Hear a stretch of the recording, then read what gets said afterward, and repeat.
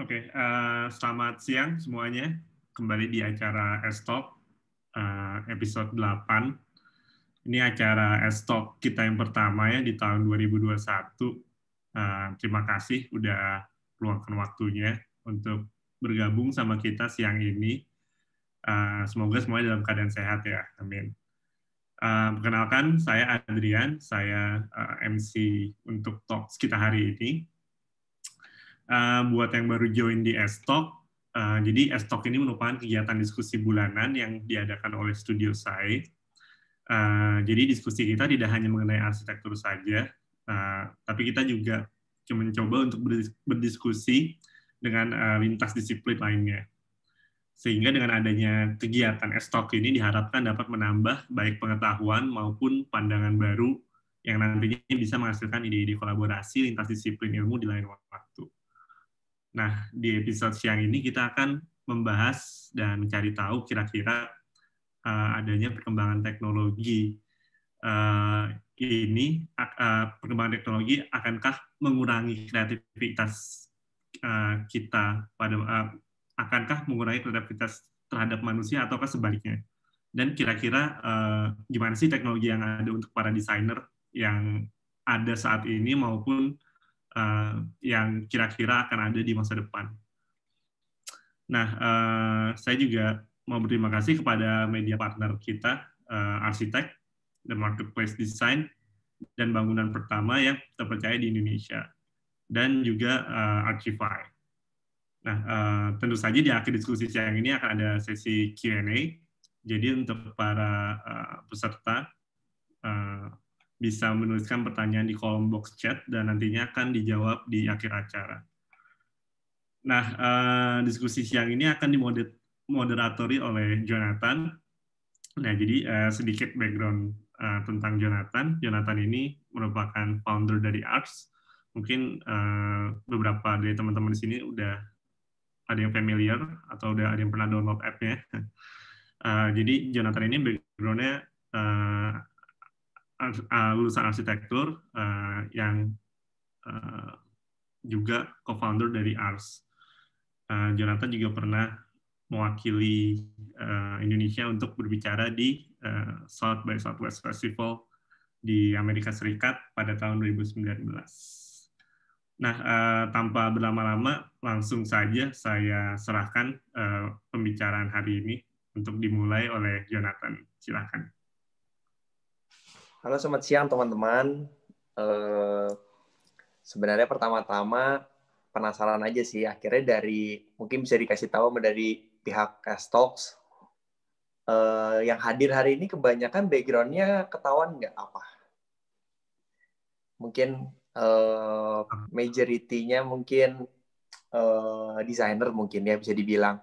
Jadi hari ini kenapa akhirnya kita memilih ngobrol juga bersama Zara dari Aksen, karena tujuannya adalah terutama kita tahu bahwa di Aksen itu salah satu desain karya yang mereka buat adalah sebuah produk karya arsitektur berupa prefabrication arsitektur. Nah, sebelum ke sana sebenarnya karena gue berbackground sebagai arsitek dan berkecimpung di dunia teknologi at the same time, jadi gue mau share tentang dua hal yang paling menarik di kacamata gue hari ini mengenai teknologi itu sendiri. Jadi, oke.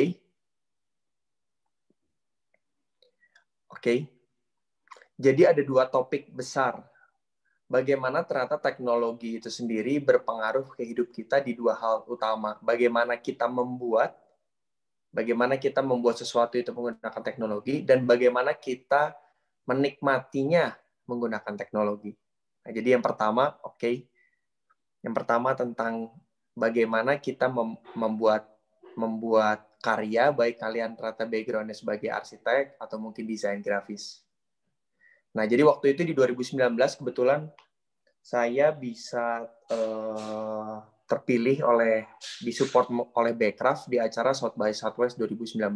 Jadi kalau mungkin belum pada tahu South by Southwest tuh, acara ini dilakukan setiap tahun di mana ada 4 kategori besar. film, musik, interaktif, dan teknologi. Nah, contohnya kalau pada penasaran, South by Southwest itu jadi outputnya apa ya kebanyakan? Salah satu itu Twitter. Twitter tuh pertama kali launching dan booming itu di saat dia launching di South by Southwest. Nah, jadi kita kemarin ini hadir di sana, mewakili Indonesia, dan berusaha untuk menampilkan apa nih yang bisa kita buat. Karena di sana juga ada pavilion-pavilion negara lain. Nah, salah satu pavilion yang menurut kita menarik adalah pavilion dari Jepang. Oke.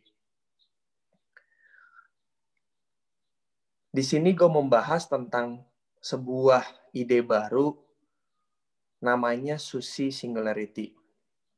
Oke. Jadi intinya mereka ini ngeriset. Gue di sini hadir pengen ngasih tahu ke kalian tentang pengetahuan baru ini agar kalian bisa punya bayangan, oh teknologi yang sudah terjadi di luar negeri itu atau akan mereka bikin itu seperti apa. Setidaknya dengan knowledge seperti ini, kalian bisa punya bayangan, oh ternyata bisa sampai segila ini ya mereka gitu. Oke. Nah, jadi oke. Selanjutnya, pada dasarnya, sushi yang mereka buat ini menggunakan teknologi 3D printing. Jadi, cara mereka memakan sushi itu berdasarkan kebutuhan badan kita masing-masing. Jadi misalkan, oke. Jadi misalkan bentuk sushi itu akan dapat berubah-ubah sesuai dengan keinginan kita. Jadi pada dasarnya mereka tuh menawarkan gini ceritanya. Kalau kalian mau makan sushi, kalian harus tes darah dulu. Dari tes darah dulu, akhirnya ketahuan, oh kalian tuh kurangnya vitamin D, vitamin C, vitamin D. Baru akan dibuat sushinya menggunakan intisari-intisari dari makanan yang disesuaikan dengan kebutuhan kalian. Oke. Oke. Nah, jadi mereka tuh menawarkan sesuatu hal yang baru. Bagaimana sih akhirnya makanan sushi itu nggak seperti zaman dulu, tapi bisa juga dibuat menggunakan teknologi 3D printing. Oke. Nah, kita bisa lihat di sini, bentuk dari sushi itu sendiri bisa beragam. Jadi menurut gua dari informasi ini, kita sebagai desainer itu sebenarnya punya kemungkinan bisa memiliki output di luar background kita. Maksudnya apa? Karena gue sempat nanya ke mereka, ini akhirnya yang nanti mendesain bentuk-bentuk sushi ini siapa aja? Akhirnya kata mereka, mereka bekerja sama dengan mereka bekerja sama dengan asosiasi desainer di Jepang untuk bisa menciptakan bentuk-bentuk 3D printing sesuai dengan keinginan mereka masing-masing. Oke. Jadi kalau dari informasi ini, dari pengalaman gue ngelihat apa yang terjadi di South by Southwest, sebenarnya kita sekarang punya kesempatannya sama. Tinggal gimana cara kita memproduksi outputnya itu sendiri. Jadi kalau misalkan kalian berbackground mungkin sebagai graphic design, interior designer, atau arsitek, bisa jadi teknologi itu membuat kalian memiliki output yang berbeda. Ternyata arsitek nggak hanya punya output bangunan, bisa aja ternyata kalian punya output di makanan, karena cara membentuk makanannya itu sendiri pun sudah dibantu dengan teknologi gitu. Jadi itu sih terutama satu faktor di bidang create yang menurut gue paling menarik. Oke, lalu selanjutnya bagaimana kita mengkonsumsi desain menggunakan teknologi. Oke. Yang paling dekat di depan mata adalah teknologi yang akan didevelop oleh Apple. Kalau kalian tahu, ada dua hal besar sebenarnya yang sekarang akan dilakukan oleh mereka, yaitu satu, membuat mobil yang bekerja sama katanya dengan Hyundai dan Kia. Yang kedua adalah mereka akan membuat Apple Glass. Oke. Kenapa bisa orang tahu mereka akan mengeluarkan produk ini? Karena mereka sudah memiliki paten dalam menggunakan device kacamata ini. menurut mereka ini akan menggantikan secara perlahan bagaimana kita menggunakan handphone.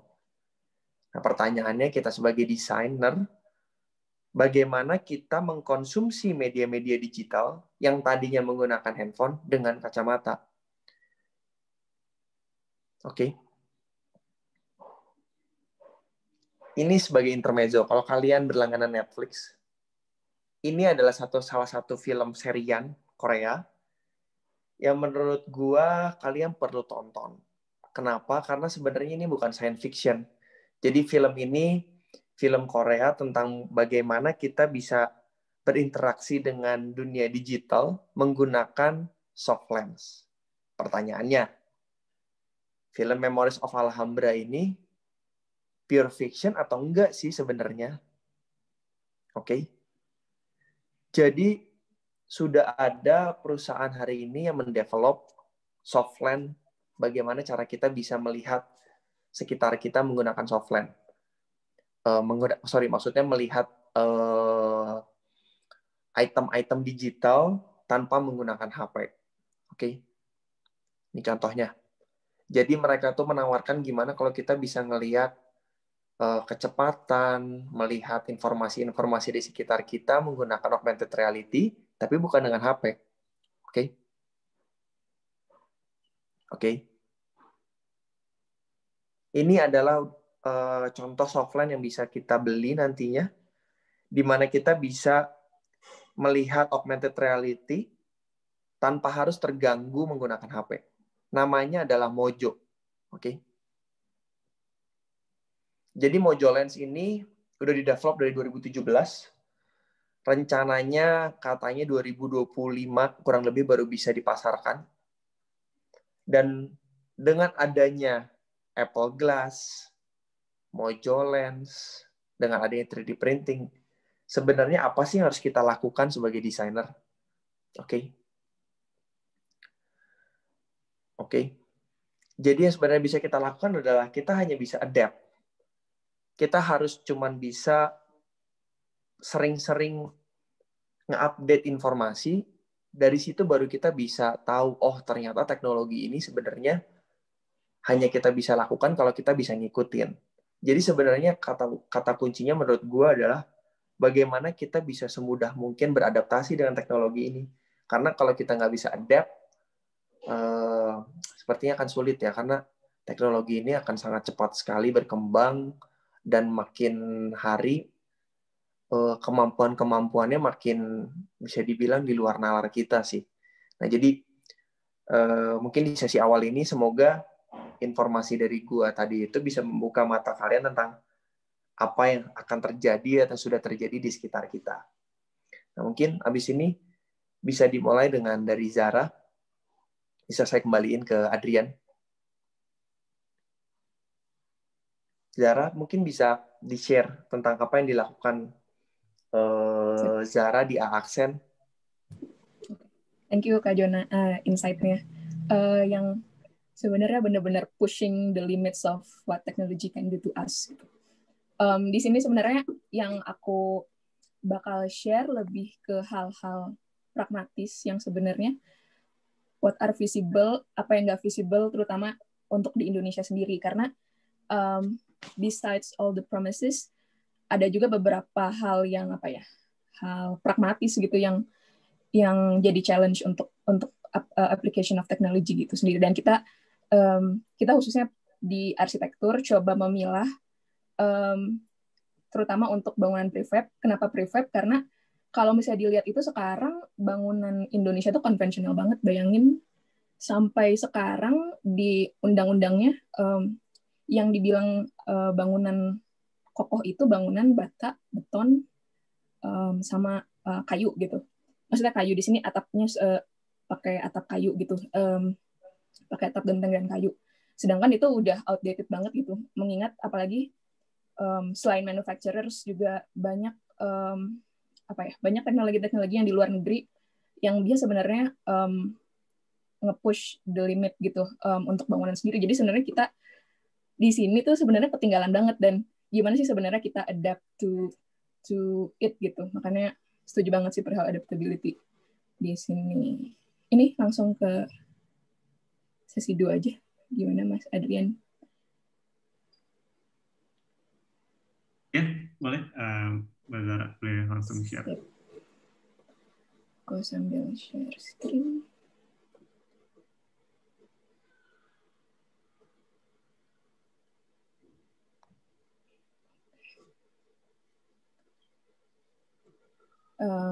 Jadi sebenarnya yang kita lakuin ini selama ini biasanya selalu merethinking. Jadi ini bahasannya mungkin lebih spesifikasi di architecture sama product design, di mana kita coba rethinking arsitektur, sama yang Kak Jona bilang, arsitektur and as a product design, and what technology can support, and apa aja ininya, hal-hal yang perlu, challenge-challenge yang perlu dipikirkan gitu. Sebenarnya di architecture sendiri, we try to rethinking technology in design itu ada apa aja sih? Sama create and the user, makanya lebih ke method sama result. Di arsitektur sendiri mungkin bisa dibagi ada sesuatu yang bersifat analysis through softwares ataupun workflow. Misalnya WeWork, mungkin pernah dengar. WeWork itu salah satu startup di bidang di bidang bikin sharing spaces untuk working. Dan di sana mereka sebenarnya tinggal nge-scan aja karena kebutuhan demand-nya pada saat sebelum jatuh dulu banyak banget. Mereka tinggal pakai kamera ataupun pakai devices mereka nge-analyze, screening bangunannya, dan udah muncul macam-macam layout yang optimum gitu.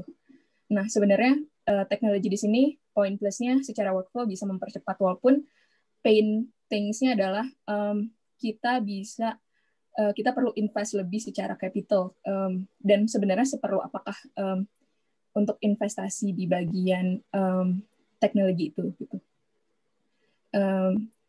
Dan secara result mungkin udah banyak yang tahu perihal contohnya kinetic building ataupun smart home system dan macam-macam banget sebenarnya teknologi in design. Yang kita coba try to rethinking di sini, perjalanan kita 4 tahun kemarin, kita nyadari gitu kalau sebenarnya di tahun 2018 kita banyak berkutat menemukan masalah di mana rumah itu memiliki akses terbatas, sehingga bangunan-bangunannya harus part-part bangunannya harus harus disiapin dulu dari workshop baru tinggal diassemble. Walaupun ini nggak bisa dibilang nggak prefab, nggak 100% prefab. Terus di 2019 kita coba explore users dan teknologi yang surprisingly lighting ini ya, selain sebagai media promotional yang bikin viral, juga secara psikologi bisa ngasih efek tertentu gitu, misalnya calming. Dan yang terakhir kita di 2020 kemarin kita coba bikin prototyping, di mana ternyata physical method-nya nggak sesimpel itu, terutama dari proses manufacturing hingga assembly-nya. Dan yang terakhir yang kita harapkan adalah momentum acceleration perihal aplikasi dan further analysis. Nah, banyak sebenarnya contoh-contoh bangunan prefab atau teknologi yang prefab yang bisa diaplikasikan ini, tapi apakah semuanya applicable? Salah satunya menggunakan crane. Crane bisa menjadi solusi ketika bangunannya memiliki akses yang luas gitu, tapi ketika aksesnya terbatas tidak bisa di-applicable. Makanya kita juga coba gimana sih bikin sesuatu yang prefab tapi orang itu bisa bawa by hands, jadi kayak Lego.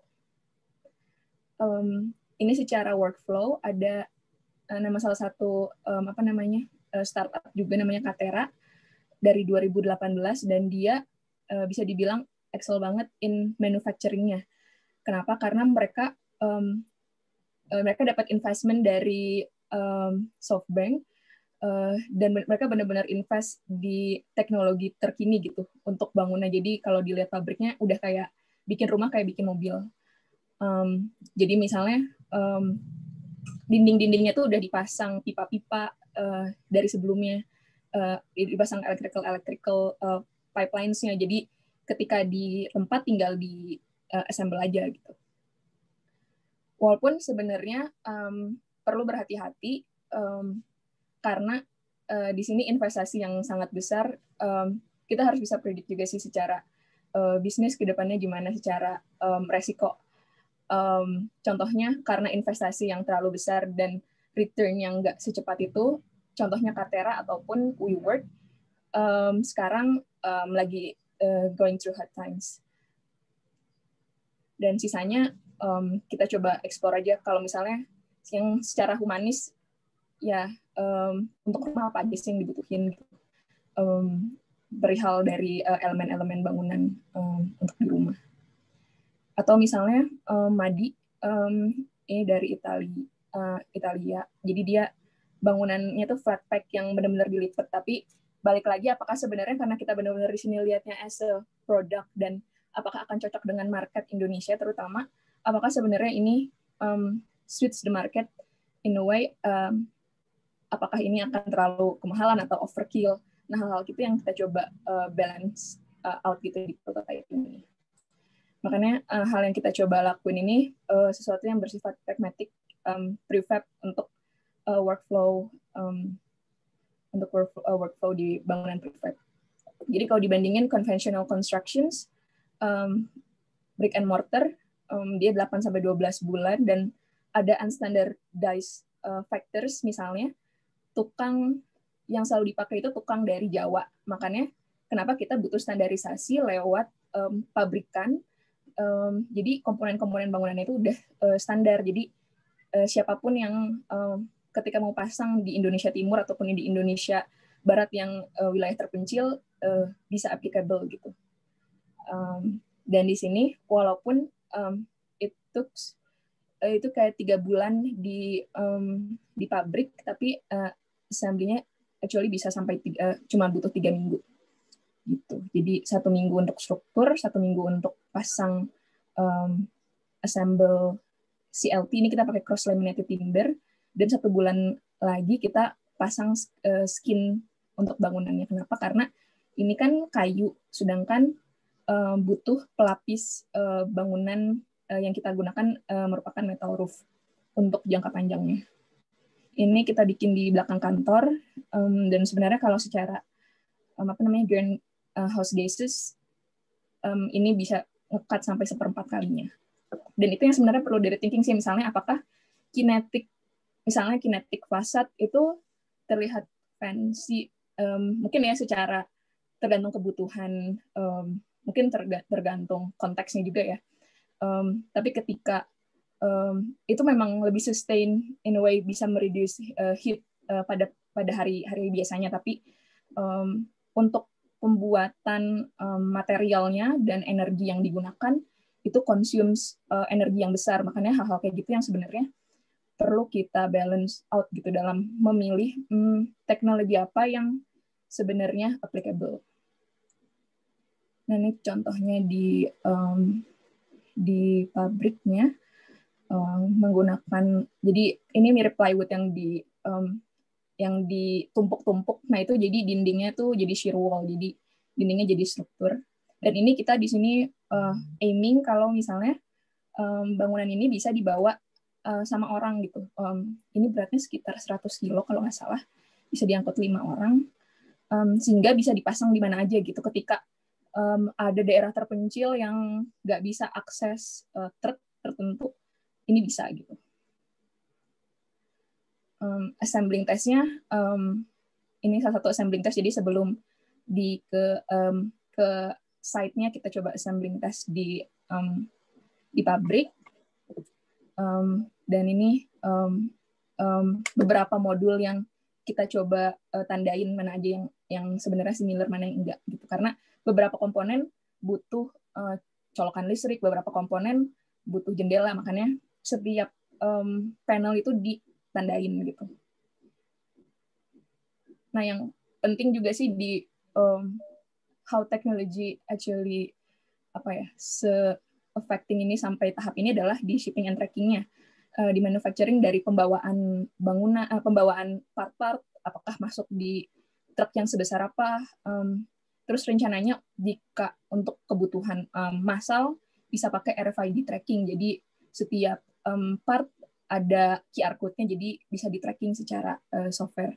Jadi di situ sih reliability teknologi yang sebenarnya helpful banget untuk di hal ini. Ini beberapa fungsi kebutuhan lainnya, mungkin pernah lihat di beberapa media, rencananya untuk beberapa fungsi multifunction dan bisa diganti skin-skinnya. Ini di belakang kantor kita. Dulu Kak Jona kesini pas belum ada bangunannya, kalau nggak salah pas awal banget. Iya, belum jadi. Baru kemarin belum juga ya, yang belum lihat bangunan ini ya? Belum. Oke, ntar kapan-kapan lah, deket.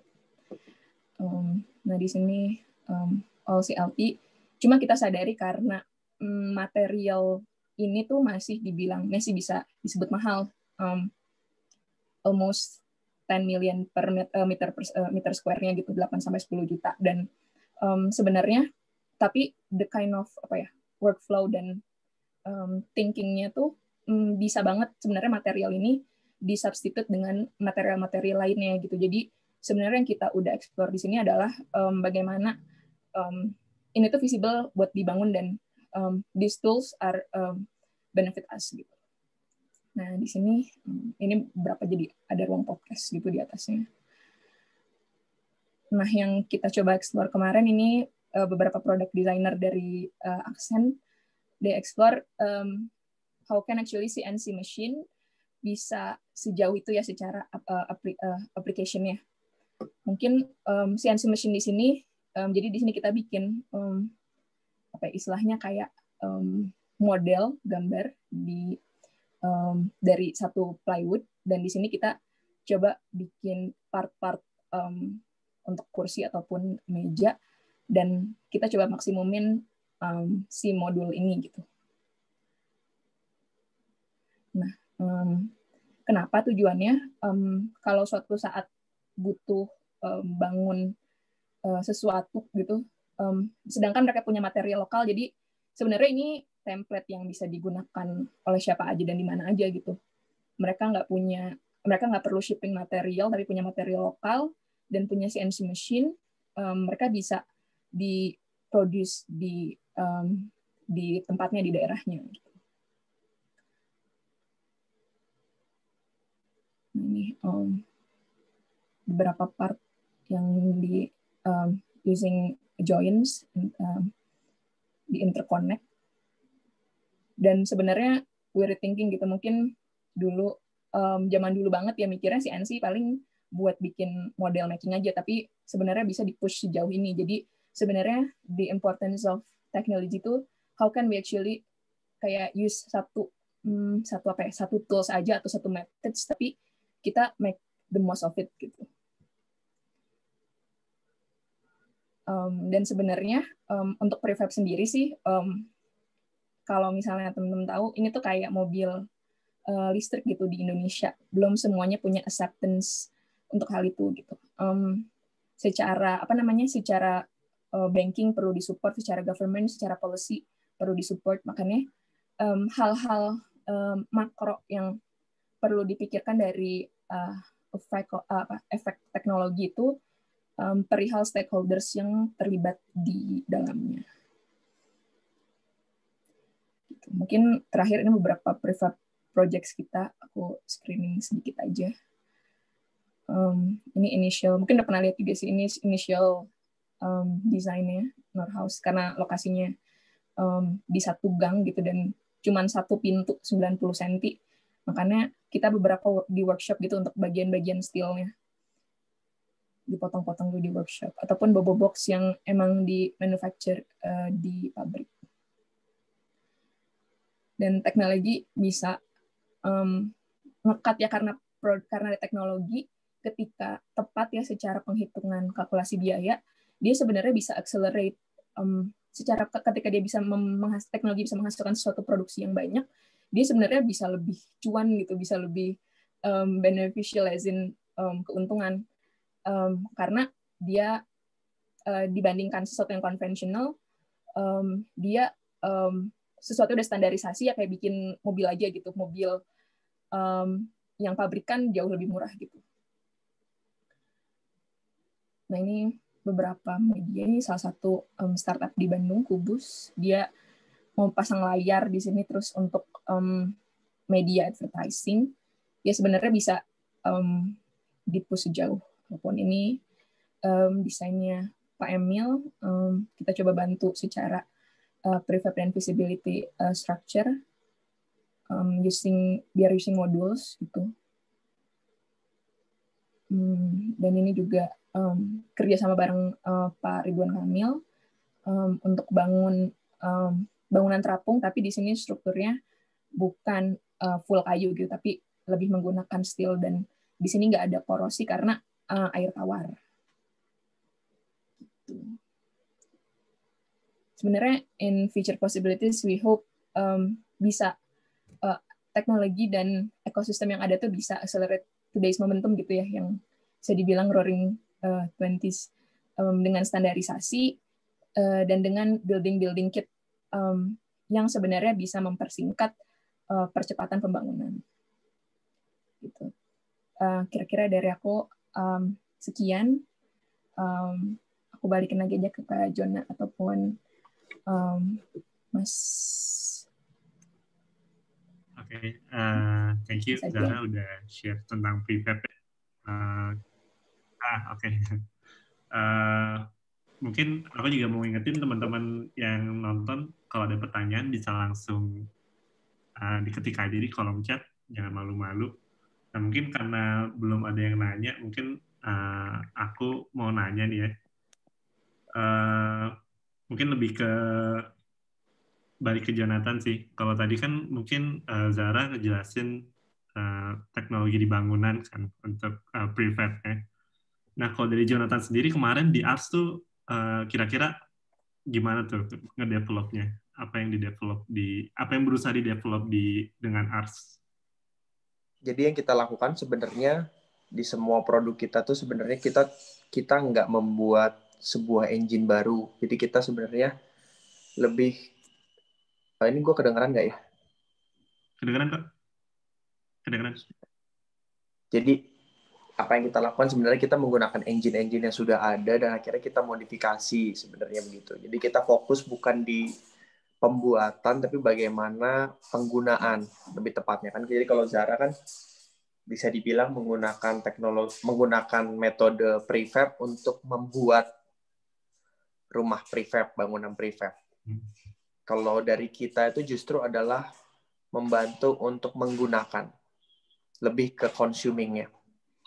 Nah, jadi kalau bisa dibilang, kalau pertanyaannya, di Indonesia sebenarnya kita bisa nggak bikin teknologi baru yang kita pure 100% bikin, masih sedikit ya. Jadi kita tetap masih menggunakan engine-engine yang sudah ada, kita modified gitu. Kecuali memang kita punya capital uang yang sangat besar sekali untuk develop, tapi kayaknya juga kalau dilawanin sama research and development di luar negeri kayaknya juga masih tetap kalah gitu. Karena mungkin kita di sini ngeriset punya dananya terbatas kan. Sedangkan kalau kayak mereka perusahaan-perusahaan besar itu udah punya dana sendiri gitu buat riset dan development-nya. Jadi fokusnya adalah kita menggunakan engine-engine yang sudah ada, lalu akhirnya kita modified. Kurang lebih seperti itu sih. Oke. Dan ini mungkin pertanyaan untuk Zara dan Jonathan juga. Kira-kira tuh usernya tuh sesiapa apa sih? Apakah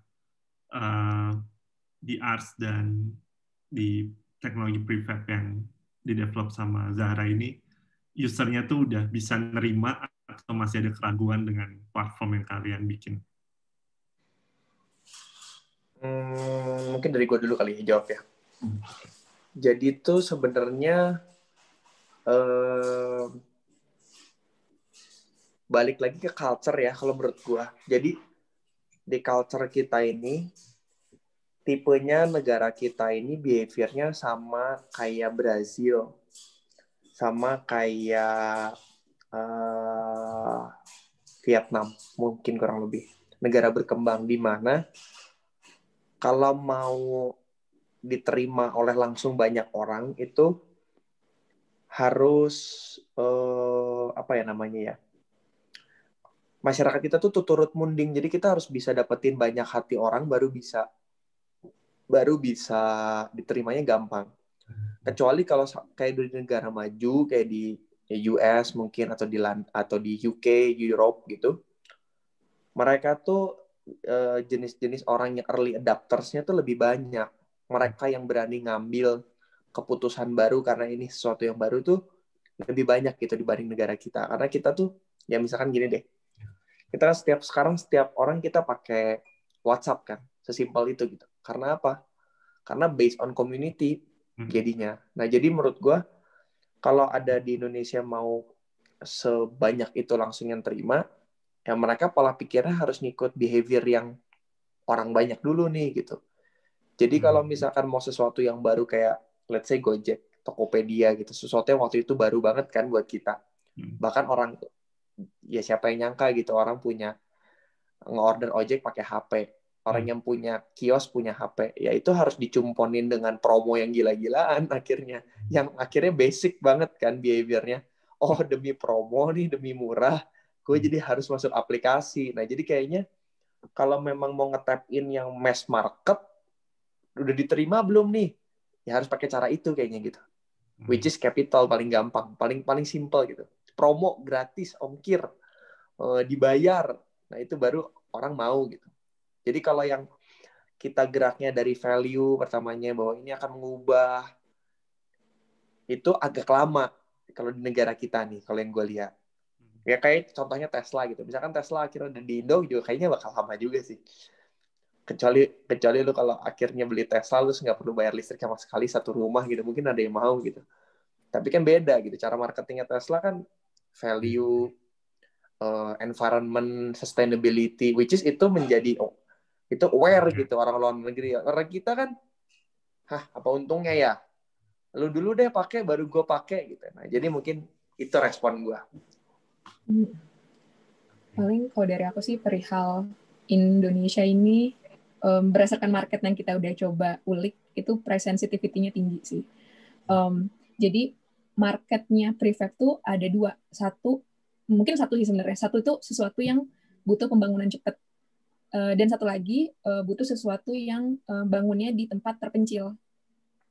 Itu bakal works. Sedangkan ketika rumah murah, prefab rumah murah, either quality-nya masih belum bagus atau harus punya industri yang skalanya super besar gitu dan punya produksi yang sangat besar gitu untuk hal ini gitu industrinya.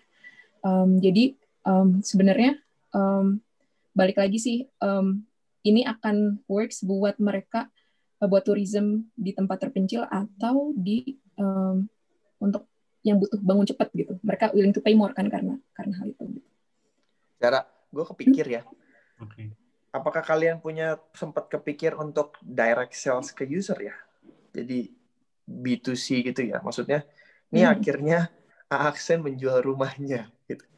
Kita kepikir nggak? Atau akhirnya harus atau mungkin kerjasama dengan pemilik lahan yang menjadi membuat resort prefab mungkin di mana, mungkin di pulau terkecil, pulau terpencil yang akhirnya ya kayak gitu-gitu, Zara. Sempat kepikir nggak?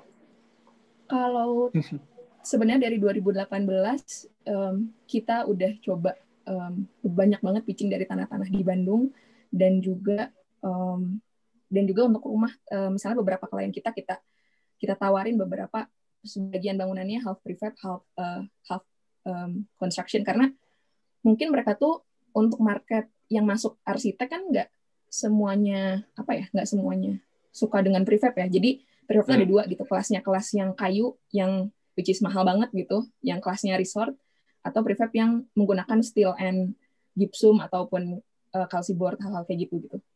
Nah, hal yang bawah ini ketika kita belum nemu market yang masuk ke kita mau gitu dibangun bangunannya kayak gitu, padahal secara assurance aman, cuman secara kepercayaan publik belum digembor-gemborkan gitu. Jadi masih ada, ini tuh sebenarnya kuat gak sih? Nah, jadi beberapa kedepannya yang perlu itu, untuk kayu sih kita udah punya beberapa sertifikat ya secara si kayunya, tapi untuk yang steel and calciboard atau steel and GRC gitu istilahnya, gypsum panel, itu perlu di assess ulang sih perihal kekuatan jangka panjangnya berapa tahun, karena rumah itu mereka bisa bisa attract sama rumah itu karena punya DP 20 tahun. Sedangkan rumah itu berarti strukturnya harus kuat 20 tahun, dan untuk prefab ya bisa cepet, tapi yang bisa kita jamin untuk yang kelas bawah itu ya 10 tahun gitu. Sisanya perlu di adjust. Itu sih. Beberapa complexity secara stakeholders yang perlu di readjust. Berarti bisa dibilang kalau di prefab ini kebanyakan sebenarnya goalnya tuh adalah bikin desain sendiri lalu orang langsung beli ya, bisa dibilang langsung terima. Berarti lebih ke arah udah ada riset activity-nya, akhirnya membuat sebuah produk gitu kan, Zara, bisa dibilang ya. Dia benar-benar mau move in langsung gitu ke rumahnya. Dan bukan, mungkin lebih ke young age gitu, yang millennials yang asal gue butuh rumah aja nih gitu untuk 10 tahun. Itu sih mungkin yang lebih seeds marketnya. Berarti sebenarnya pengen punya idealnya tuh salah satunya adalah project resort ya, bisa dibilang ya, yang di area terpencil yang akhirnya susah buat ngirim ke sana, semen mahal dan lain-lain ya. Lalu akhirnya dikirim, tinggal di-assembling di sana, gitu ya Zara? Atau misalnya di Jatiluhur pun itu harus semuanya di pre-production di pabrik dulu kan ya, baru tinggal di-assembling. Adrian, gue sebenarnya penasaran sih, kayak yang akhirnya nonton sekarang nih, kebanyakan tuh kenapa gitu, mereka mau hadir tuh dalam rangka apa? Gue penasaran, makanya gue pengen tahu mereka punya pertanyaan apa nih, sesimpel apa nih yang bisa ditanyakan sama mereka. Coba dong kalian dong, ini kasihan banget kita tuh kayak ngobrol jadi cuma bertiga tuh. Iya, kayak teknologi apa sih yang sebenarnya di-expect, terus kok malah ngomongin prefab? Nah, jadi kalau gue lihat sih sebenarnya si prefab ini tuh menarik banget, karena gue juga pernah sampai ngelihat gitu gimana akhirnya di luar negeri. Contohnya Airbnb sih. Jadi Airbnb tuh dulu sebelum COVID tuh punya program sendiri namanya Samara Project. Akhirnya dari yang gue riset, Samara Project ini adalah bagaimana orang yang tadinya nggak nyewain rumahnya Airbnb jadi bisa nyewain. Jadi kalau nggak salah bisnis modelnya adalah mereka bikin prefab rumah kecil, 1 kamar, di mana rumah itu bisa lu taruh di halaman lo. Jadi rumahnya bisa dikasih ke yang punya rumah, bayarnya dari hasil Airbnb.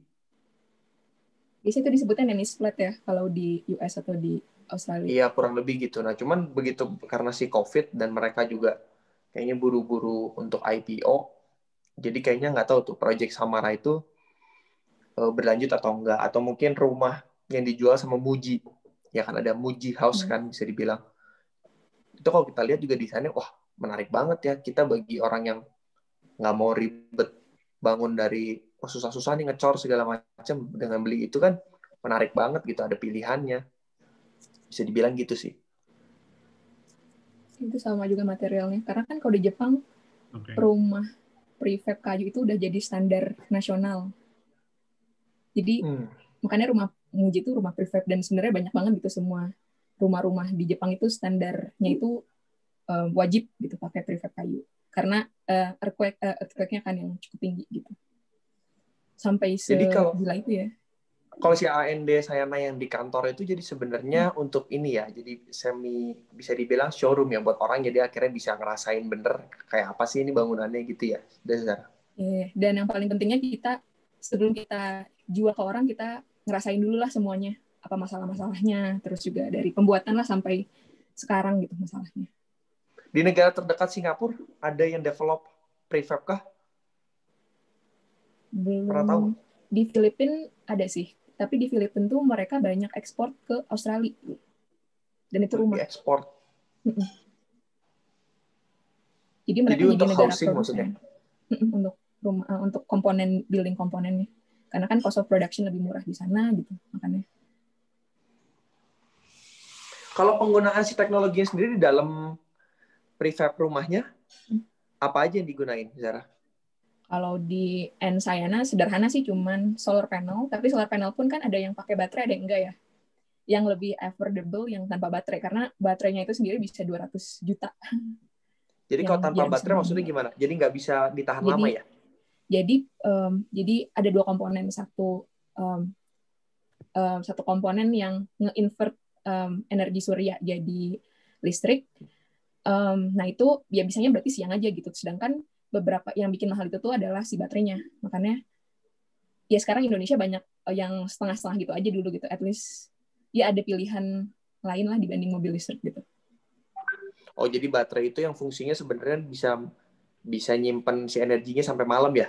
Maksudnya gitu, Sarah? Kalau benar-benar mau full going renewable sources. Terus sebenarnya pertanyaan simpel sih. Kenapa kan ini banyak ya biro arsitektur juga di Indonesia dan lain-lain. Gerakan apa sih yang membuat akhirnya pengen nyobain ini gitu? Karena ini kan suatu hal yang baru, harus di-proof dulu sama kalian, which is pasti punya PR banyak loh. Sebenarnya reason why-nya karena apa? Sebenarnya kita mikir ya, karena arsitek itu sebenarnya handle mungkin only 1-2% orang yang butuh rumah gitu. Sedangkan banyak orang-orang yang butuh bangunan yang adequate gitu, yang baik, nggak dibangun 3 juta per meter persegi tapi gampang hancur gitu. Makanya cuma di sini yang belum kita jembatani adalah bagaimana benar-benar bisa ngeturunin cost-nya, itu sih yang jadi PR besar. Lebih baik nurunin cost atau kemudahan pembayaran? Sebenarnya kemudahan pembayaran lebih mudah, tapi cuma bisa di 10 tahun. Nah itu sih yang kita kemarin sempat berpikir juga perihal skema itu. Cuman ketika 20 tahun ya perlu di going to lab dulu gitu kan. Jadi kalau bisa dibilang ini gitu ya, segampang itu. Kalau bisa dibilang jadi orang bisa tahu ya, misalkan satu unit AND Sayana tuh berapa gitu. Akhirnya mereka sebenarnya perlu dibantu adalah bagaimana financing-nya ya. Ya, yang perlu banget PR-nya adalah financing-nya. Sebenarnya bank itu rata-rata bank swasta sangat terbuka untuk opportunity ini, tapi tinggal perihal usernya yang digasin gitu, dan investor-investor yang mau join bareng. Karena kan bank hanya penyalur aja ya. Jadi mereka hanya penyalur aja ya. Tapi kalau dari segi IMB-nya ngajari apa namanya? IMB nih, misalkan gue punya tanah nyewa nih ya. Gue baru nikah, gue punya tanah kecil. Aduh nih kayaknya AND Sayana enak banget gitu. Terus misalkan gue datang ke lu nih. Aksen, saya pengen beli rumah ini. IMB-nya gimana? Tinggal dikasih gambar ini ya, manual book kayak IKEA gitu berarti bisa dibilang untuk ngajuin IMB. IMB itu kita sempat cross-check di Bandung lah sama di Kalimantan. Kalau di Kalimantan kan lumrah ya rumah-rumah kayu. Oh, oke. Jadi mereka butuh IMB. Sedangkan kalau di Bandung ya plus banget ya, lu nggak butuh IMB gitu. Jadi lu bisa bongkar dan kategori rumah kayu itu di sini bisa dibilang rumah sementara gitu ya, yang tanpa IMB ya. Menarik juga. Ini ada yang nanya deh kayaknya. Tadi kalau nggak salah.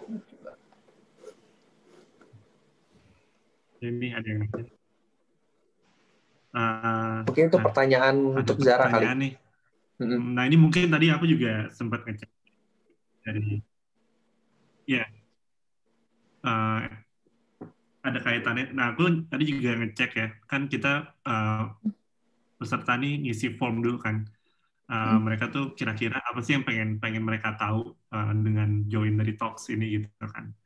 Nah mostly itu emang pengen tahu gimana. Mereka itu kan kebanyakan yang join ini kan either designer dan mahasiswa kan. Maksudnya designer yang udah practicing professionals dan mahasiswa. Mereka kebanyakan juga bilang sehari-harinya bergantung sama teknologi untuk mengerjakan pekerjaan sehari-harinya kan. Dan kebanyakan juga pengen tahu tentang gimana caranya teknologi ini bisa membuat desain itu menjadi lebih baik mungkin ya, maksudnya secara dampaknya terhadap lingkungan gitu. Kayak ini kan juga pertanyaannya kan gimana caranya, kira-kira seberapa besar dampak dari memanfaatkan secara maksimal teknologi dalam, mungkin ini konteksnya arsitektur Zara ya, dalam membantu SDG itu Sustainable Development yang dari Goals, UN gitu ya. Dan tentang climate, tentang yang goals-nya di tahun 2030 itu. Nah, mungkin bisa sharing sedikit. Jadi ada 2 poin. Mungkin lebih nyambung ke perihal climate action ya, ataupun sesuatu yang lebih reduce environmental impact. Yang pertama sebenarnya tergantung materialnya sendiri. Ketika kita pakai kayu, yang kita coba bandingkan, kalau mau share screen, tadi aku sempat share screen, bedanya pakai konkrit sama pakai, jika Ensayana pakai konkrit sama pakai, share screen aja ya? Ya, boleh.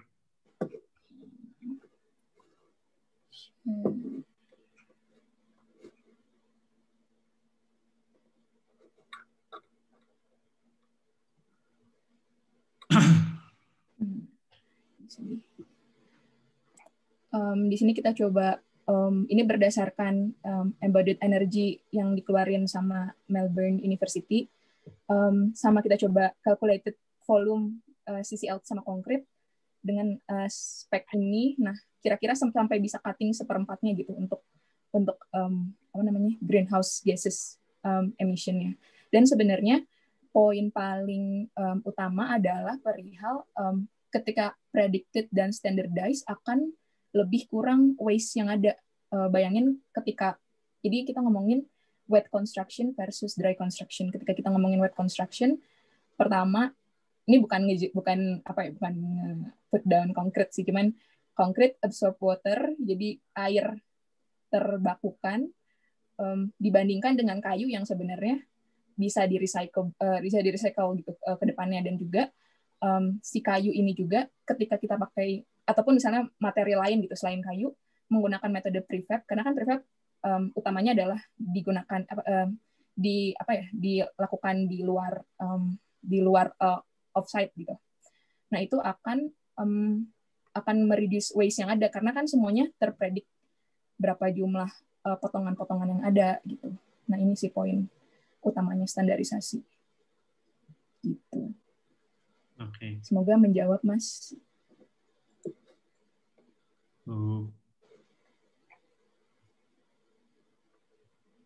Nah, ini juga ada pertanyaan lagi. Mau saya menentang prefab dulu sih ya pertanyaannya. Mungkin ada pertanyaan dari Indra, untuk prefab house yang pakai CNC oleh Axen, dikatakan cost-nya 10 juta per square meter. Kalau boleh tahu di porsi mana yang menemukan cost paling banyak? Prefab house ini nggak pakai CNC semua, jadi kan sebenarnya kita beli komponen cross laminated timber ya, beli komponen kayu. Nah, itu komponennya sendiri udah cukup besar memakan biayanya, karena kan ini bisa, kita nggak perlu kolom lagi gitu. Ini udah jadi shear wall, makanya dengan di-assemble kayak gini bisa lebih cepat, yaitu yang bikin mahalnya.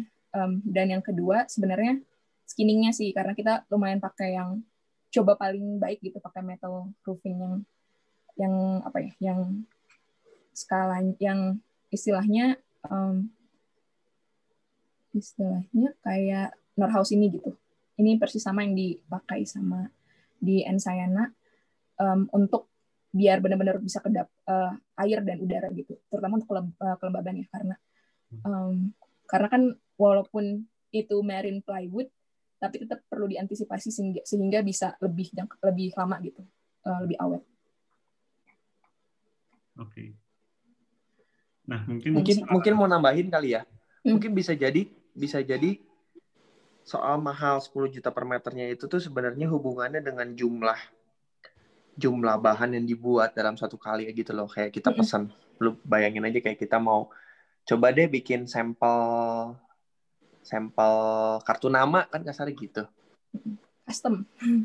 Ya kan kasarnya, saya mau bikin sampel kartu nama dong, custom banget. Bikin satu berapa? Pasti mahal gitu. Akhirnya begitu kita bisa at some point bikin langsung 100.000 biji, pasti murah banget. Nah, tinggal PR-nya menjual 100.000 bijinya itu yang jadi PR. Gitu sih mungkin menurut gue paling gampang. Industrialisasinya. Iya, betul. Mass market-nya itu yang bisa nge-cost bikin murah. Makanya Indomie sangat murah sekali kan satu bungkusnya gitu. Karena semua orang Indonesia suka Indomie. Ya karena mereka produksinya sangat banyak sekali gitu. Jadi cost-nya bisa di-push. Mungkin itu sih yang bisa gue tambahin. Ini ada pertanyaan tentang kolaborasi juga nih. Mungkin ada kolaborasi dengan Ars dan Axon. Mungkin maksudnya untuk kedepannya gitu atau yang sudah terjadi. Kita collab waktu itu pas 2020 ya. 2000 berapa ya? 2019 ya kayaknya kalau nggak salah 2019 ya? Iya, ya, sebelum pandemi. Yang Belum menurut menarik tuh juga mungkin menjawab ini kali ya. Itu kan ada yang nanya Zara. Soal personalization. Karena kan ini prefab kan udah didesainin sama pihak produsennya nih. Gimana bisa dimodifikasi kayak mobil atau mungkin penyusunan algoritmanya gimana? Ini gue share screen ya. Ini sebenarnya mock-up video dengan bikin video. Ceritanya sok-sok bikin app. Mungkin Kak Jona bisa mengembangkan ini ke depannya. Jadi we imagine kalau misalnya kita bikin an app nih. Jadi ya sebenarnya teknologi itu bisa ngasih accessibility gitu. Kayak lu bikin rumah, ya tinggal pencet-pencet aja materialnya apa. Kayak main The Sims.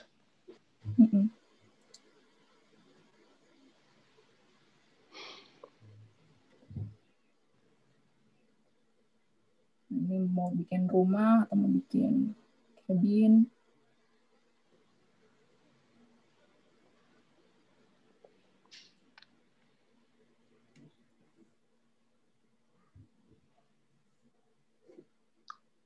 Ini cuman kayak ide kasar aja sih sebenarnya, se-exciting itu gitu untuk prefab dibanding conventional houses. Bisa embed teknologi yang gila gitu, karena harusnya prefab itu emang digunakan untuk sesuatu yang bersifatnya butuh massal gitu, kayak mobil.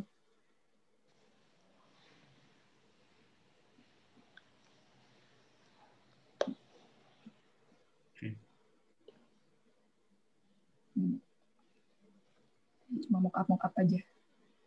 Sarah, nanya ya. Gue nanya ya sebelum orang lain nanya. Gue pengen tahu. Kalau ada netizen bilang gini, apa respon lo? Ada netizen ngomong gini, Kak, kalau kakak jadi bikin prefab, terus desainer kerjanya apa dong Kak? Kalau semua orang beli prefab, ada tuh pasti nanya gitu. Respon lo adalah? Marketnya tetap beda. Nggak semua orang pengen rumah prefab. Nggak semua pengen. Jadi memang dibuat pilihan ya. Sama. Betul, dibuat pilihan. Memang ternyata kebetulan cocok dengan desainnya dan ternyata ingin cepatnya ada nih solusi prefab. Tapi tetap aja kalau Anda mau customize ya layaknya beli baju di Uniqlo atau mau bikin jas di tailor gitu lah. Bisa dibilang gitu kan. Iya. Gitu kira-kira. Ya tapi kalau balik lagi ke prefabnya sendiri kan itu method ya sebenarnya conventional houses maksudnya kayak desain yang sangat customized ya pakai prefab bisa banget juga gitu. Jadi bisa dua prefab itu as a product atau as a method. Ada lagi nanya nih.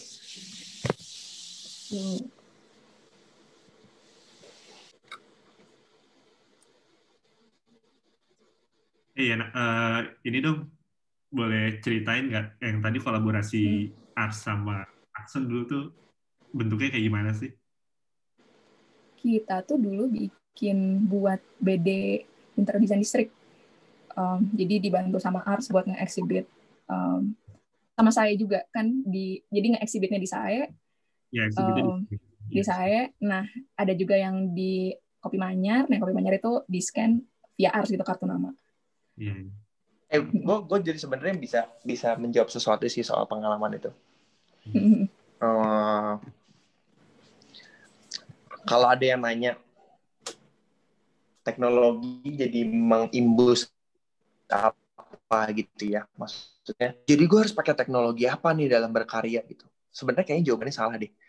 Jawabannya itu adalah sebenarnya teknologi itu cuma ngebantu doang. Jadi jangan pernah berharap memiliki bisnis atau yang bahwa gini, apa sih kehebatannya kalian gitu? Kehebatan gue karena gue bisa bikin VR gitu. Menurut gue itu salah Karena sebenarnya teknologinya itu sendiri selalu hanya untuk nge-empower doang gitu. Jadi basicnya itu adalah tetap reason-nya kalian kenapa ngebikin itu, tujuan kalian, impact-nya buat yang lain. Menggunakan teknologi hanya untuk lebih efisien, lebih bisa berbicara lebih baik, lebih bisa nangkap orang lebih banyak. Mungkin gitu sih. Jadi jangan terjebak di output cara presentasinya sih menurut gue. Itu sih kalau dari pengalaman gue yang bisa gue share. Dan juga perihal tepat gunanya ya, misalnya satu cocok pakai building integrated modeling gitu, satu lagi cocok pakai CAD atau misalnya SketchUp karena emang lebih bisa explore. Itu sebenarnya way of prosesnya kan, creative prosesnya nggak bisa dipaksain teknologi semua. Ini ada yang nanya nih dari Aulia, katanya bangunan prefab kan meminimalisir penggunaan kolom. Gue nggak tahu persis soal jawaban itu gimana, Zara. Cuman setahu gue nggak tahu soal minimalisir nggak tahu nggak ya, gue nggak tahu. Untuk Indonesia kan sering gempa bumi, keamanannya gimana? Kalau gue bisa ngerespon karena gue juga mungkin arsitek, sebenarnya gue juga punya pertanyaan juga sih sebenarnya. Kayaknya selain pertanyaan itu ke prefab, sebenarnya bangunan biasa pun juga kayaknya gue nggak tahu jawabannya seberapa kuat dia tahan gempa yang sampai skala 8 gitu. Kayaknya hancur sih, 8 sih retak sih pasti sih, rumah yang high end, apa maksudnya high end residential juga kayaknya bakal retak sih menurut gue. Jadi gue nggak tahu tuh itu harus dijawabnya pakai apa ya, pakai riset based on apa, risetnya Jepang kah gitu untuk menjawab pertanyaan kayak gitu atau gimana, Zara? Kalau sebenarnya banyak banget ya faktor, gue sekalian share aja karena berhubungan dengan data. Mungkin kayaknya kalau kayak mungkin kayak pertanyaan Aulia ini mungkin kayak pertanyaan gini kali ya. Seberapa kuat mobil Tesla kalau ditabrak gitu? Kayaknya dijawabnya harus pakai video gitu kali ya. Proof dari si brandnya. Bener nggak sih? Jadi sebenarnya perlu tes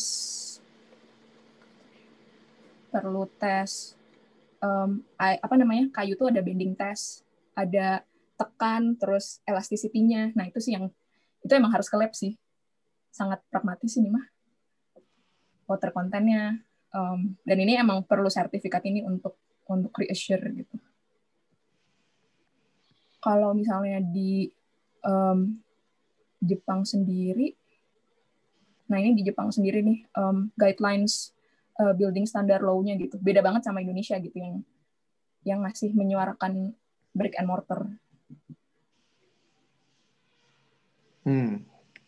Sebenarnya bisa lewat CLT ataupun post and beam juga, tapi tetap kayu yang ter-engineer, jadi bukan kayu solid. Nah, bedanya kayu solid sama kayu engineer gitu ya.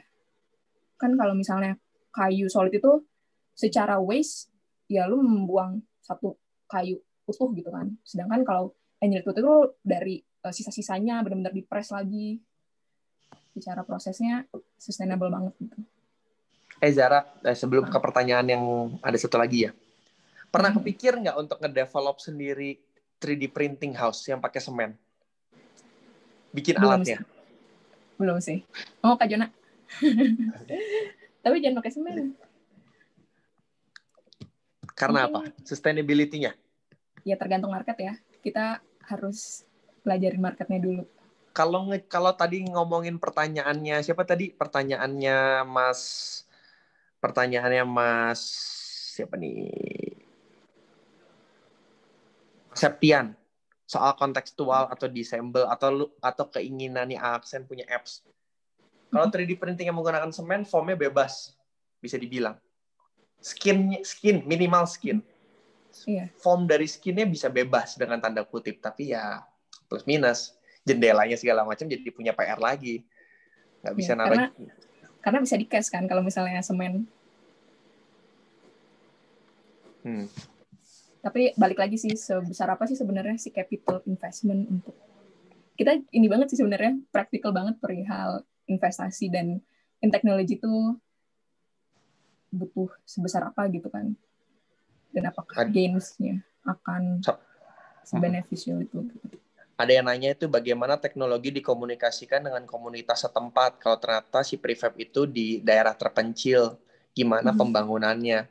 Apa mungkin dengan layaknya kayak orang Papua mungkin beli IKEA ya lihat baca bukunya gitu. Ya, guideline. Hanya baca manual booknya. Guideline enough. Cuman bahasanya lebih sederhana. Ya, gambarnya mungkin secara grafis lebih mudah.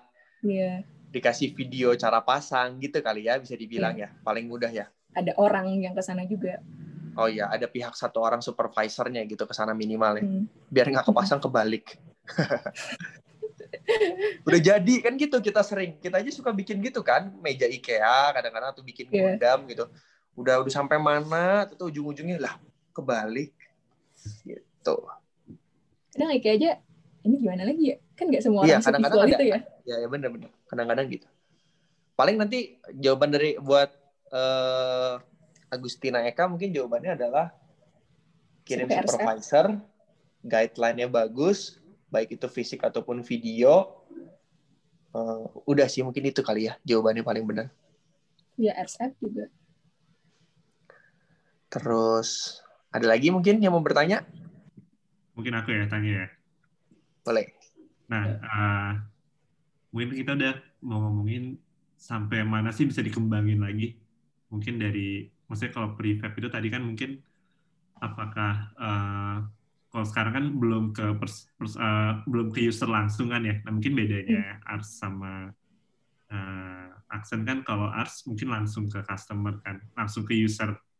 Nah, apakah tadi kan juga udah sempat ngomong sebenarnya udah ada rencana ya di tahun 2018. Nah, mungkin apa bisa di developnya tuh sejauh apa sih? Apakah ya mungkin kayak tadi mau bikin 3D printing sistemnya sendiri gitu atau gimana nih rencananya? Maksudnya bisa di develop sampai segimana ya? Mungkin kalau gue bisa merespon ya, gue sebenarnya dari tadi nanya sih ke diri gue sendiri. Kapan gue sebagai generasi yang sekarang ini akan punya rumah atau sudah punya rumah atau nambah rumah gitu atau kasih hadiah rumah mungkin gitu.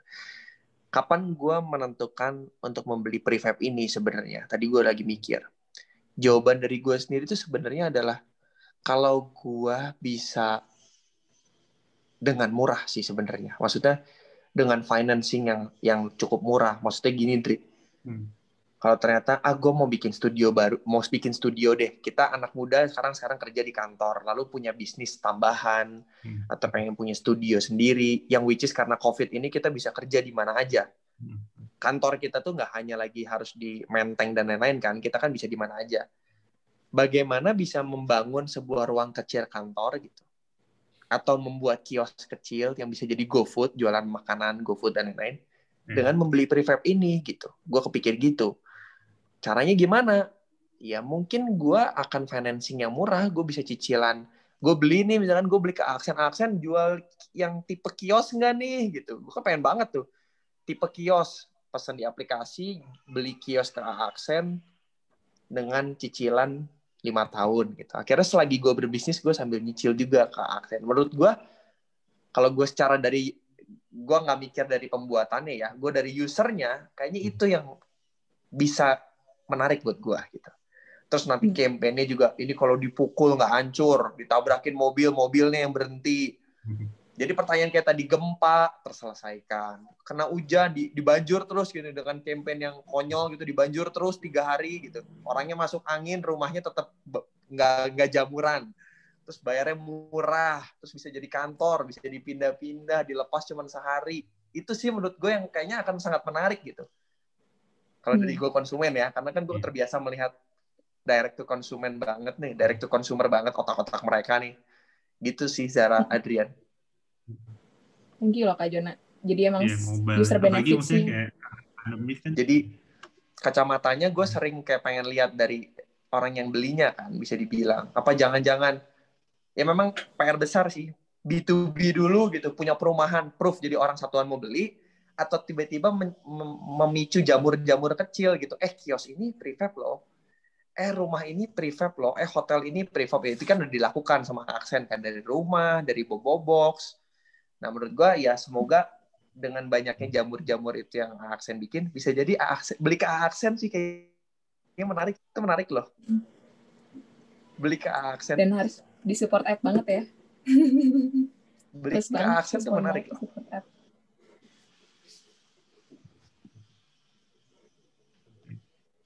Nah, kalau lo sendiri gimana, Jonathan? Misalnya lo kepikiran mungkin kalau Ars kan kemarin di platform untuk sharing kan. Lalu kepikiran nggak sih mungkin lo ada rencana buat mungkin bisa menggunakan teknologi untuk membantu desainer melalui hal yang lain gitu. Gini, mungkin kayaknya kalau dari kacamata gue pribadi itu yang paling bener tuh memang melibatkan banyak pihak sih caranya. Nggak bisa kayak cuman yang punya engine terus sama desainer gitu aja nggak bisa. Soalnya ini harus disupport sama orang yang punya materialnya, Dri. Ini yang cost terbesar tuh adalah kalau kita jualan benda fisik, yang paling mahal ya bahan mentahnya. Which is kalau ke Aksen kan mungkin mereka sudah bekerja sama dengan supplier kayunya mungkin, dengan supplier besinya mungkin. Nah, jadi kayaknya untuk menciptakan sebuah gerakan besar yang baru, breakthrough, apalagi bidang construction, itu harus melibatkan minimal 4 pihak, desainernya, konstruksinya, yang punya bahannya, dan deliverable-nya gitu lah, ya tim marketing, mungkin apps atau web dan lain-lain. 4 pihak ini harus entah duduk bersama atau mungkin di bawah satu payung yang sama. Jadi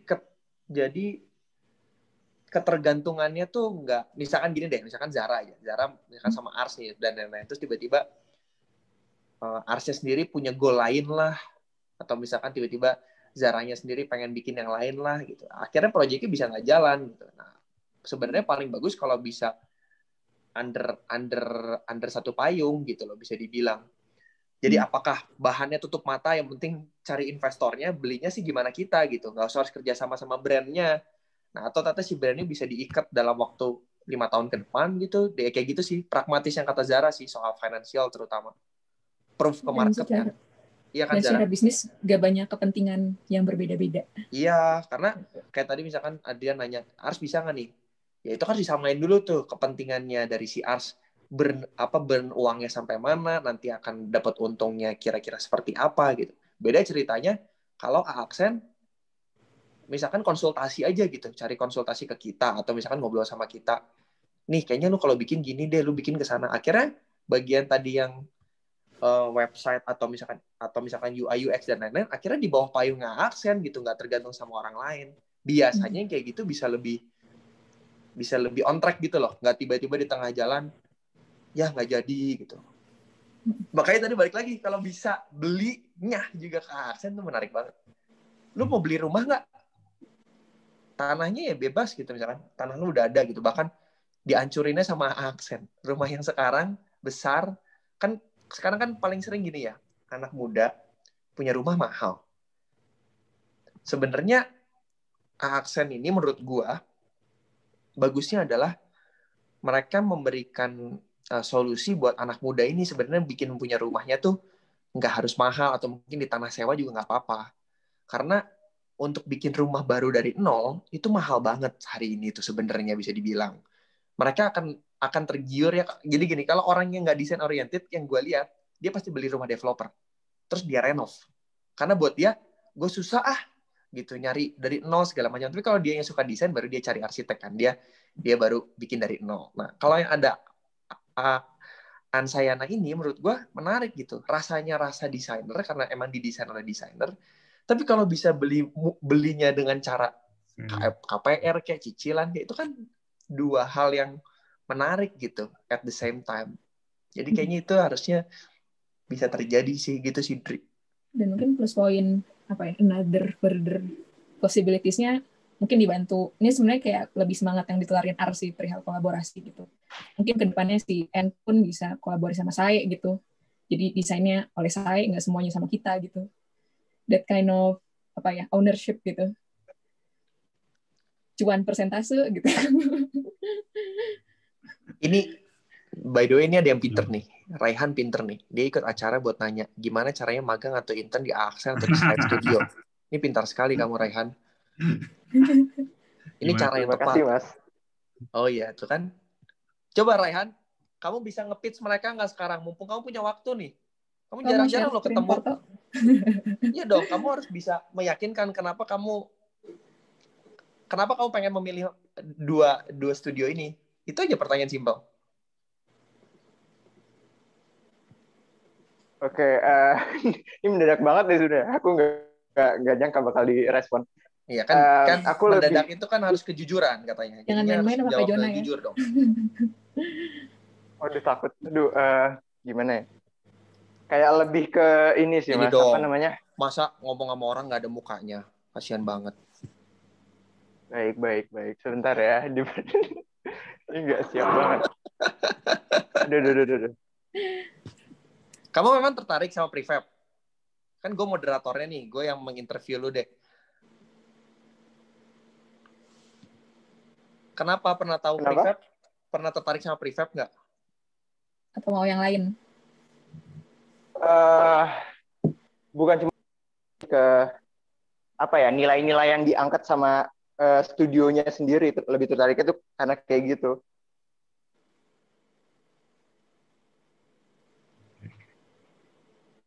Jadi kamu pengen tahu apanya nih ceritanya? Kamu pengen tahu tips and trick apa?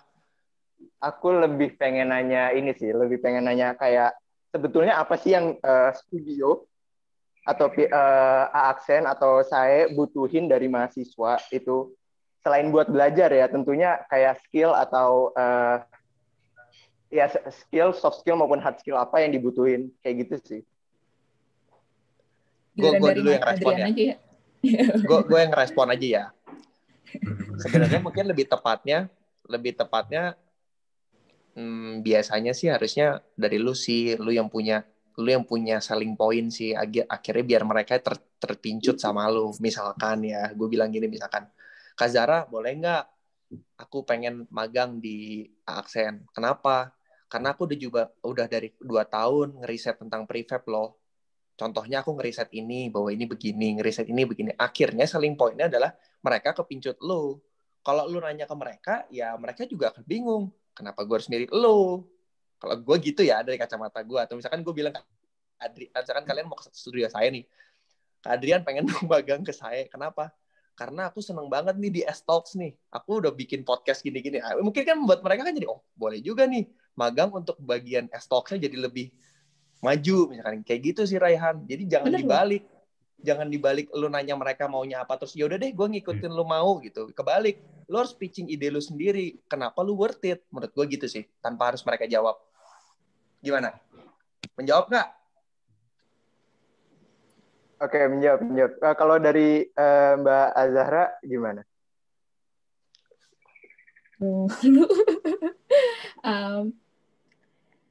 Sebenarnya selain apa yang di offer juga lebih ke karakter sih. Apa kita cocok apa enggak ya, kayak jodoh-jodohan aja kadang ya. Namanya ya nggak semua skills, nggak semua yang di offer pun lagi kita butuhin gitu. Tapi lu punya skills lain nih, lu bisa nge-MC. Oh kita lagi nge-develop S-Talks gitu misalnya, ya kita butuh gitu. Kita sambil jadi lu bisa develop hal yang lain gitu, bukan hanya belajar. Ya desain mah kan sebenarnya semua orang juga belajar itu gitu dan pursue hal itu gitu. Tapi mungkin skill plus lain yang bisa sambil dikolaborasikan bareng. Ini Mas Adrian nih.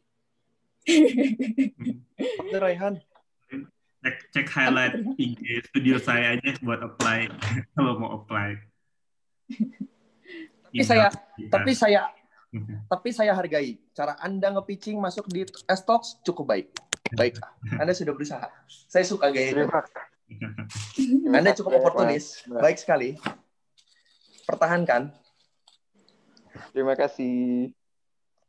Ada lagi yang Tina nanya? Apa lagi ya? Oh ya, nanti mungkin tadi ada yang chat katanya ketinggalan sesinya. Mungkin nanti kalau yang nggak join kita dari awal tadi, nanti talks ini akan kita upload ke YouTube, jadi bisa ditonton ulang lagi nanti di YouTube channel S-Talk. Gitu sih. Mungkin ada yang mau nanya lagi. Mungkin kalau udah nggak ada yang nanya lagi, bisa ke conclusion kali ya, Jonathan ya?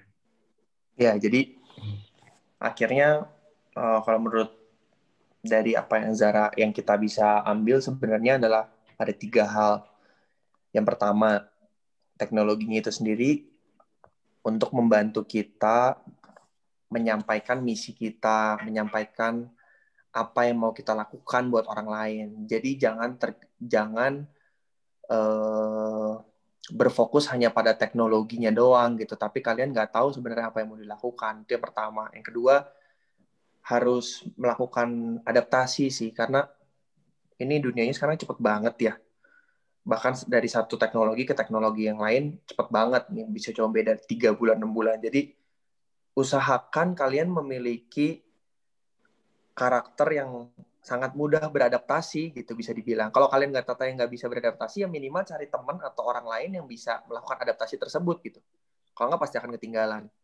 Nah, yang ketiga dari soal prefab, jadinya apa yang dilakukan oleh Aksen itu sebenarnya adalah membuat mendemokratis bagaimana orang bisa memiliki rumah dengan desain yang baik, kecepatan yang sangat cepat, dan juga keinginannya adalah membuat financing lebih murah. Tinggal challenging-nya adalah bagaimana gerakan ini mungkin tidak hanya dilakukan oleh Aksen menurut gue. Karena semakin banyak yang mau melakukan ini sebenarnya bukan jelek untuk Aksen, tapi justru bagus, di mana akhirnya masyarakat jadi lebih aware dengan lebih cepat gitu. Ibaratnya, kalau Tokopedia hanya bermain sendiri, nggak akan banyak orang yang mudeng gitu tentang enaknya belanja online. Dia harus ada pesaing-pesaingnya nih, harus ada brand-brand lain. Nah, menurut gue, harapannya dengan adanya mahasiswa atau studio-studio lain ingin di bidang yang sama membuat prefab, di mana akhirnya nanti semakin banyak orang layak mendapatkan rumah yang didesain dengan baik, dengan kualitas yang baik. Kurang lebih gitu sih. Oke, mungkin dari Zara mau ada conclusion juga. Sebenarnya balik lagi sih, teknologi itu kita ngelihat, kita always rethinking apa aja sih teknologi yang sebenarnya ada, dan selain se-cutting edge, secanggih apapun teknologi itu, kita harus terus sebenarnya si pragmatisnya tuh segimana sih, si visibility-nya untuk diaplikasikan dengan kondisi kita saat ini gimana. Karena balik lagi ya, itu hal yang jadi contextuality gitu di sini, selain desain gitu. Maksudnya desain metodenya bisa apa aja ya, tapi tinggal kita decision making-nya aja apa yang paling tepat gitu untuk menggunakan maximizing teknologi-teknologi ini. Oke, mungkin kalau udah nggak ada yang nanya lagi, ini kita sudah masuk ke penghujung acara. Terima kasih semuanya untuk yang udah join dari awal talks kita. Terima kasih juga buat Jonathan dan Zara udah mau direpotin dengan S-Talk siang ini. Nah, mungkin sekali lagi buat semuanya, talks ini kita record, jadi nanti bisa ditonton lagi di YouTube channel kita. Search aja Saya Talks. Nah, mungkin terima kasih juga untuk media partner kita, Architect dan Archify.